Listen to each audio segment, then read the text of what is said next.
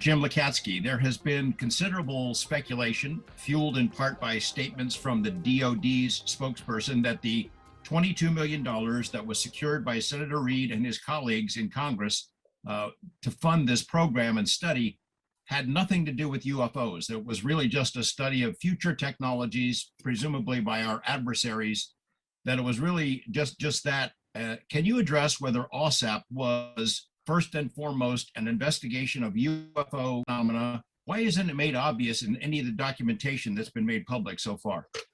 It was completely UFO related. The reason you haven't seen the documentation is we used a statement of objectives format for the request for proposal. That is insufficient for anyone examining the contents of the contract. They must have the proposal.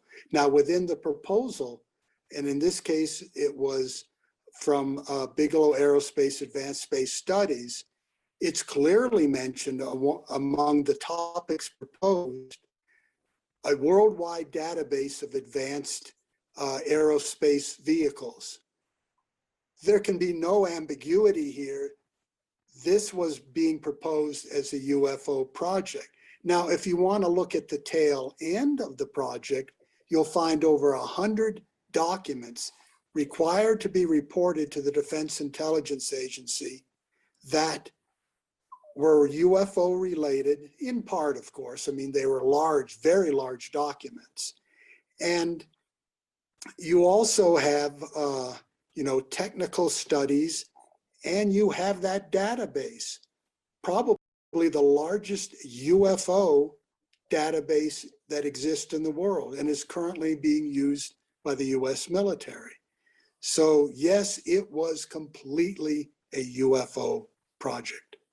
One of the other things that's been confusing for the public over the last almost 4 years, the New York Times and other major media outlets reported that $22 million went to AATIP, not to AAWSAP. Can you clarify the difference between AAWSAP and AATIP? Yes, the name AATIP was a nickname for AAWSAP for certain security reasons that we've put into the book. But the difference between AAWSAP with the nickname AATIP at DIA and AATIP at the Pentagon is quite distinct.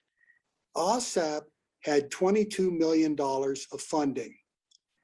It covered military and civilian UFOs, yielding a massive database.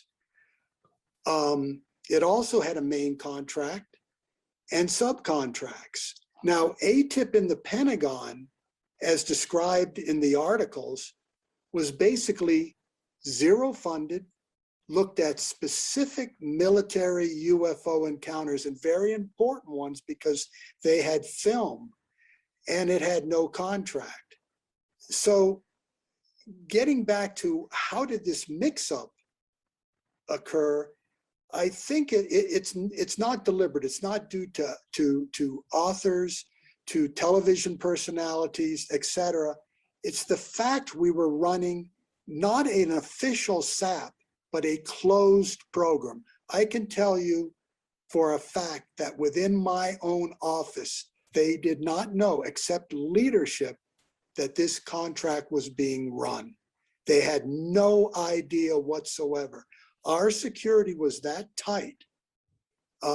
And also, the fact is that, well, I guess that pretty much says it. That's the best example I can give.